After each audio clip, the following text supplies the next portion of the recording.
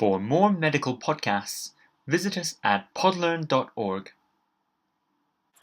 Hi guys, my name's Rick Phaeton and I am an FY1 currently working at Warrington Hospital.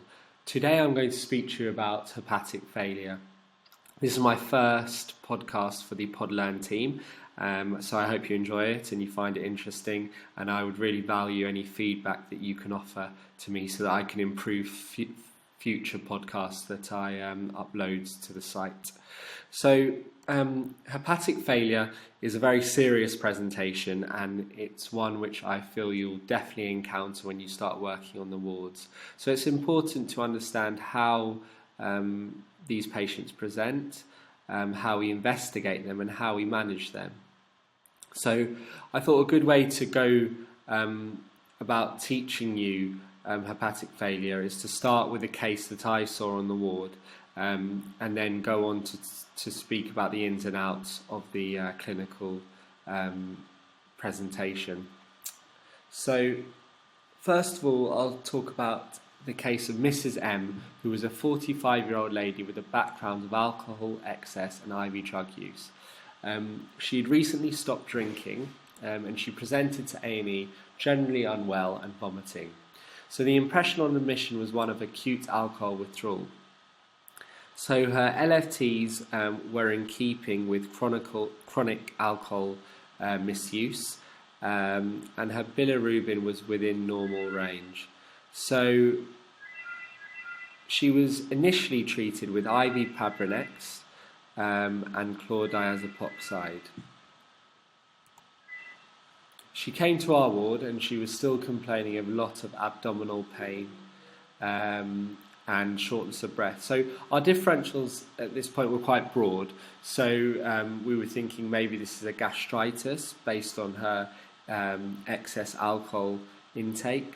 Again, pancreatitis would also fit with these symptoms, cholecystitis, and also acute hepatitis could have been a cause. We also included pulmonary embolus on our list of differentials because she was quite short of breath and she was reporting some calf pain. And we did do a D-dimer which was positive, and a subsequent perfusion scan confirmed a right-sided PE. In addition to these investigations, we did an OGD, which did show some gastritis, but nothing too severe. And an ultrasound abdomen showed a dilated common bile duct, but no stones in the duct. So we followed this up with an MRCP, which confirmed those findings, but didn't add anything to the ultrasound findings. The main issue at this point in time was the acute derangement in this patient's LFTs. So as you can see, her LFTs were severely deranged, and they had deteriorated quite drastically since admission, and it was quite hard to work out what had caused this derangement. So the LFTs that you can see there clearly show that her liver wasn't working as it should do, and I will go on to speak about how we interpret LFTs, but looking at these LFTs, it's clear that it's quite a mixed picture. So there's a degree of hepatocellular injury, but there may well be a cholestasis going on as well, alongside quite markedly raised bilirubin. In addition to her deranged LFTs, her INR was also prolonged, and her albumin was low, so both are markers of liver function, and they were both deranged. So we had to try and work out what had caused this derangement and this decline. So what did we do? So as with any patient, thorough history is key. So we took a further history from this patient, focusing on any drug use, and we did elicit that she had had a recent course of cocodamol from her GP, and initially she denied taking more than the recommended dose, but on further questioning she did admit to taking significantly more cocodamol than she should have over a prolonged period of time. So in addition to the history and examination, we did blood tests, including a liver screen. And the liver screen was done to help us identify any mainly infective causes of this decline, such as hepatitis B and C. And we were also looking for any antibodies that may indicate an autoimmune cause of this hepatic injury.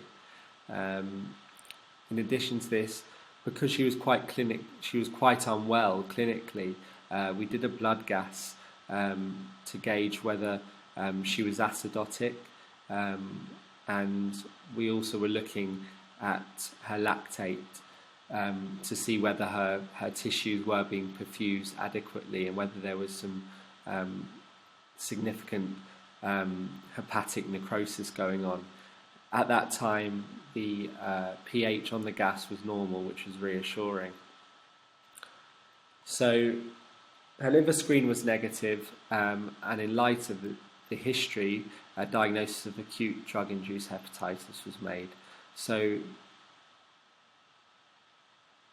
what we wanted to do at this point was ensure that she was treated quickly and appropriately to prevent any further deterioration. So the mainstay of this treatment was IV and acetylcysteine, in addition to good hemodynamic support with IV fluids, and also good nutritional support with placement of an NG tube and a good feeding regime.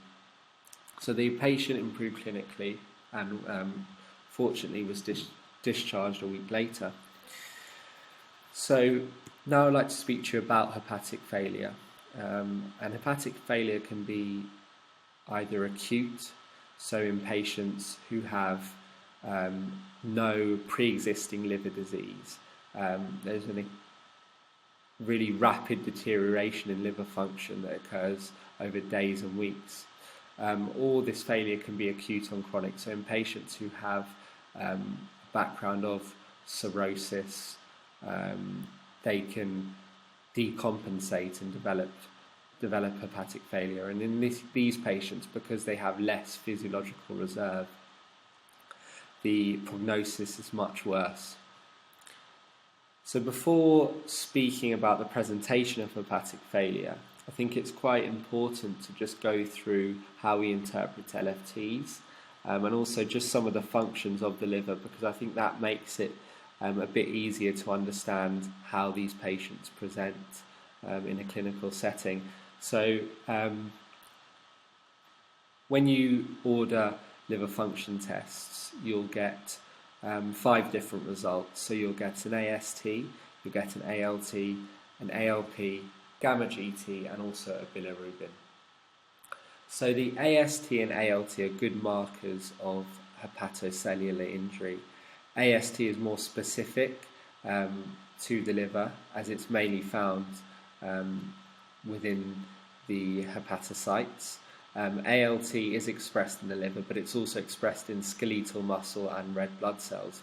And that's why we look for a ratio of about 2 to 1 in terms of AST to ALT in patients that we believe have an alcoholic liver disease.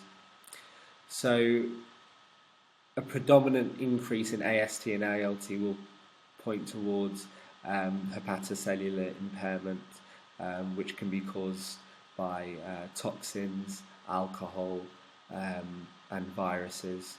And in the case of Mrs. M, the rise was predominantly seen in these 2 enzymes. We also look at ALP and gamma GT, which are released by the cells lining the biliary ducts, and when cholestasis occurs, so if there's any blockage to the release of bile into the duodenum, these bile salts accumulate within the bile ducts, and that causes cholecystasis, and that also causes scarring. And this stimulates the release of ALP and gamma GT, into the bloodstream, and that's why you see a quite acute rise in these enzymes in patients that have an obstruction in anywhere really within the biliary system. And if someone's liver isn't working, the bilirubin is usually raised. And that's something also that you need to be aware of.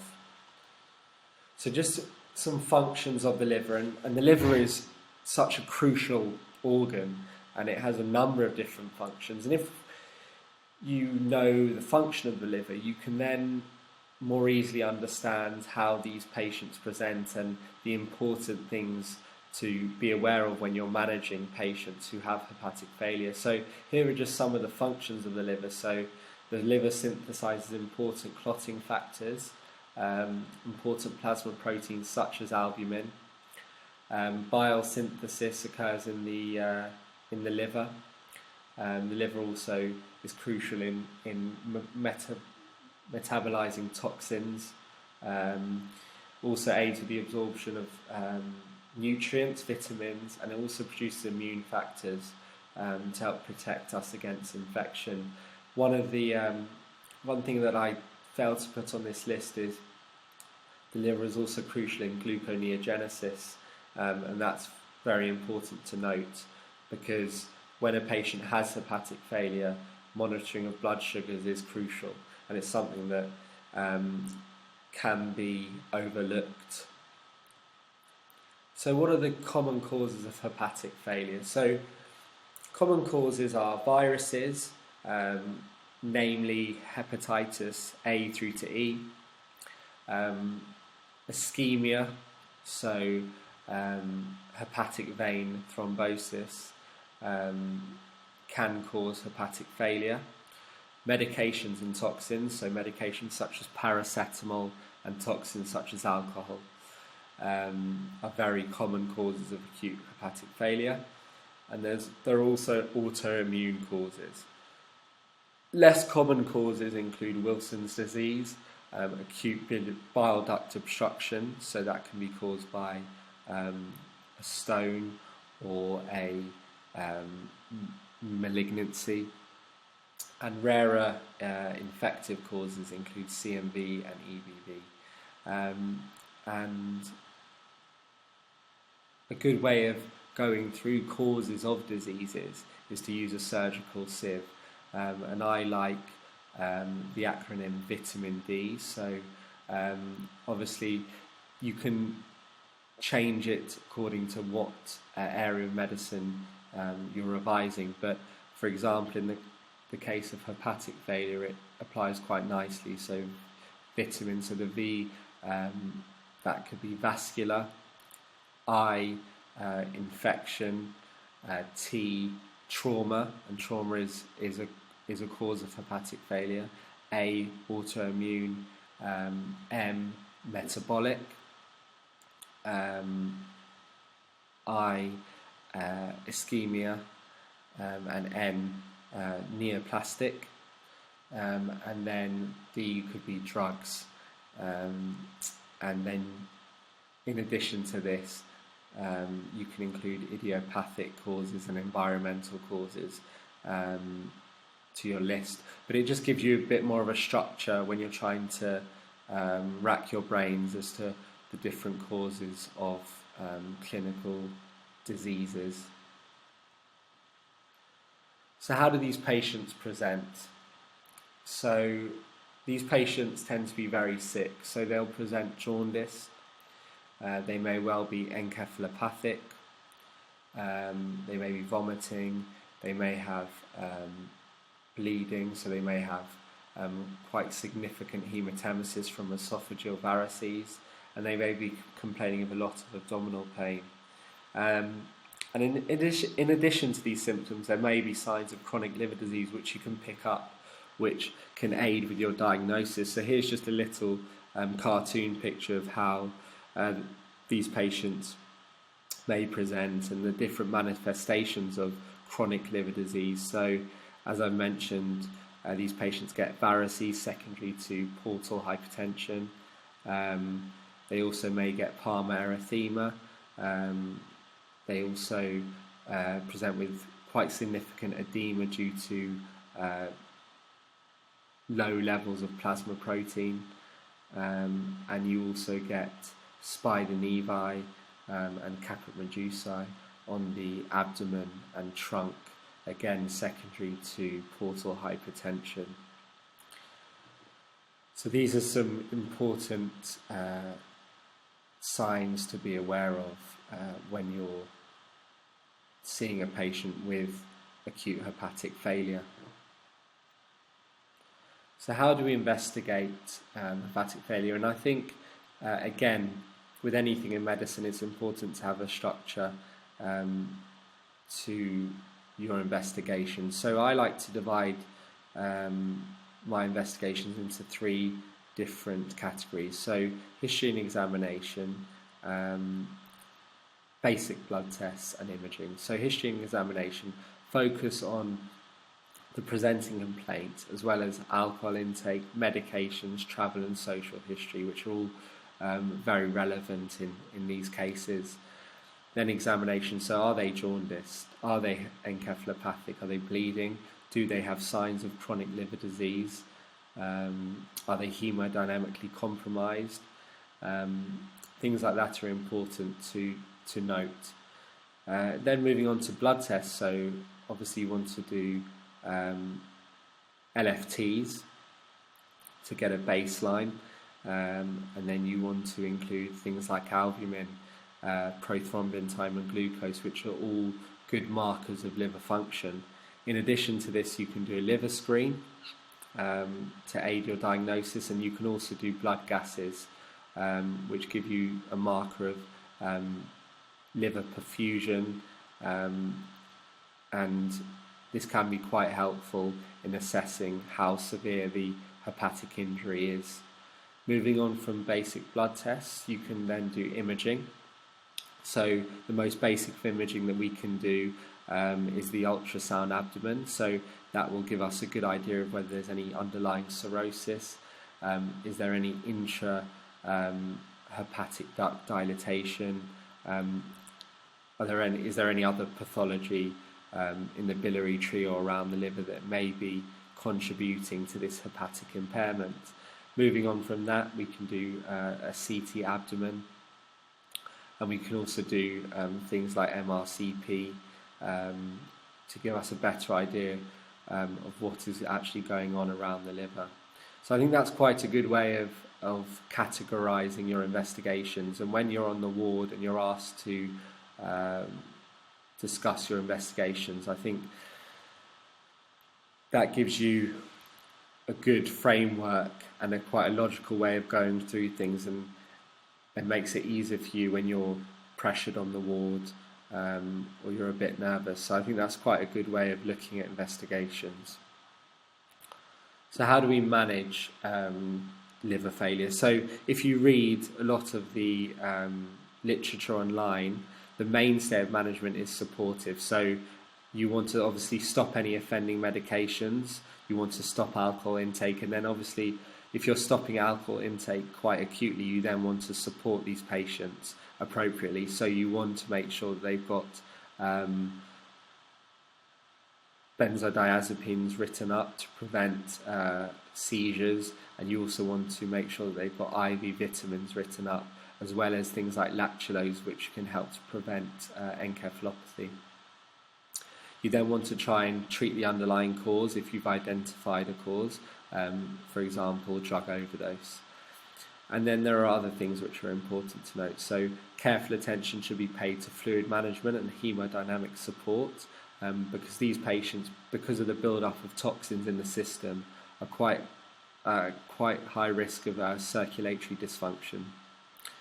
And then a couple of other things to note, and these link back to the functions of the liver. So as I said, the liver produces important immune factors which protect us against infection, and obviously in a patient whose liver isn't working as it should be, they're at a high risk of infection. So in some cases you can start broad spectrum antibiotics in addition to antivirals and antifungals.